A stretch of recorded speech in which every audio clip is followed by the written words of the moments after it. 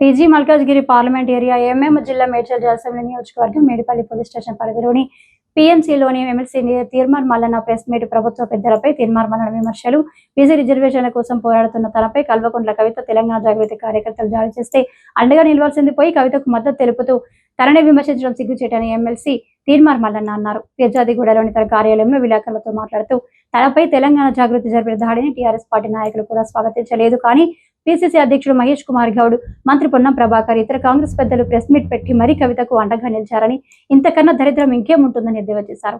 కాంగ్రెస్ పార్టీకి కల్వకుంట్ల కవితకు అనధికార ఒప్పందం నడుస్తుందని, ఇటీవల 3 మంత్రుల ప్రమాణ స్వీకారం జరిగినప్పుడే కవిత సైతం మంత్రిగా ప్రమాణం చేసే అవకాశం ఉండే. ఇది నిజమో కాదు కాంగ్రెస్ పెద్దలు సమాధానం చెప్పాలని ప్రశ్నించారు.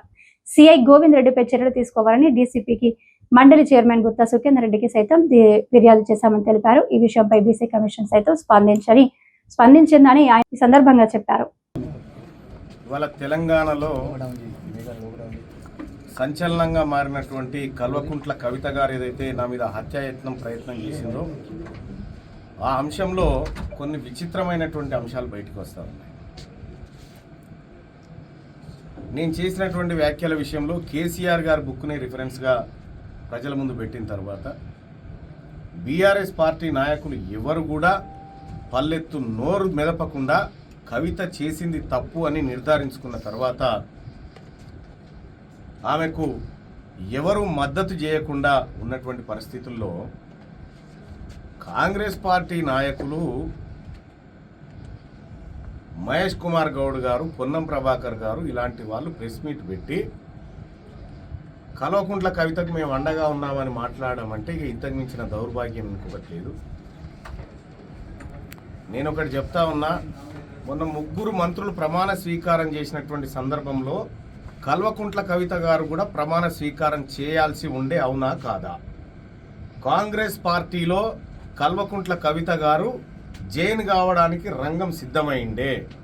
ఇప్పటికి కూడా ఆమె కాంగ్రెస్ పార్టీ అనధికారిక అనుబంధ సభ్యురాలుగా కొనసాగుతూ ఉంది. ఇది స్పష్టమవుతా ఉంది.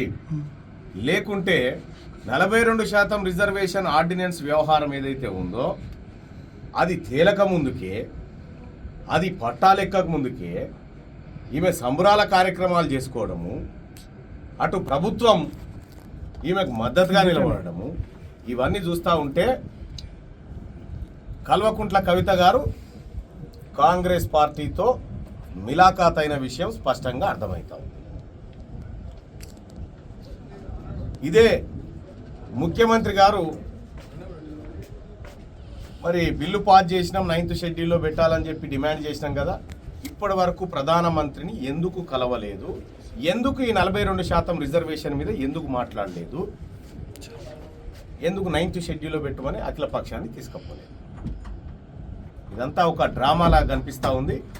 అంటే ఈ 42% రిజర్వేషన్ అంశాన్ని పక్కదారి పట్టించడం కోసం ప్రభుత్వంలో ఉన్నటువంటి కొందరు కల్వకుంట్ల కవిత ఇద్దరు కలిసి ఈ కార్యక్రమాన్ని చేసినట్టుగా మాకు సమాచారం అందుతూ ఉంది.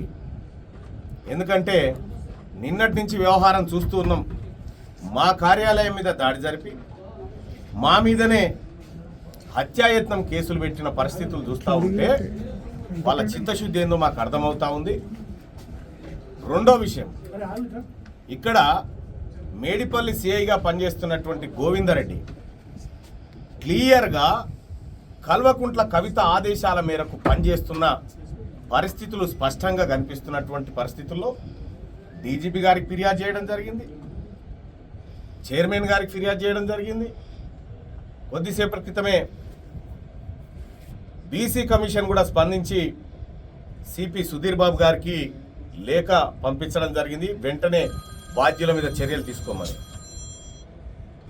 అంటే ఇక్కడ బీసీల విషయంలో కాంగ్రెస్ పార్టీ భారతీయ జనతా పార్టీని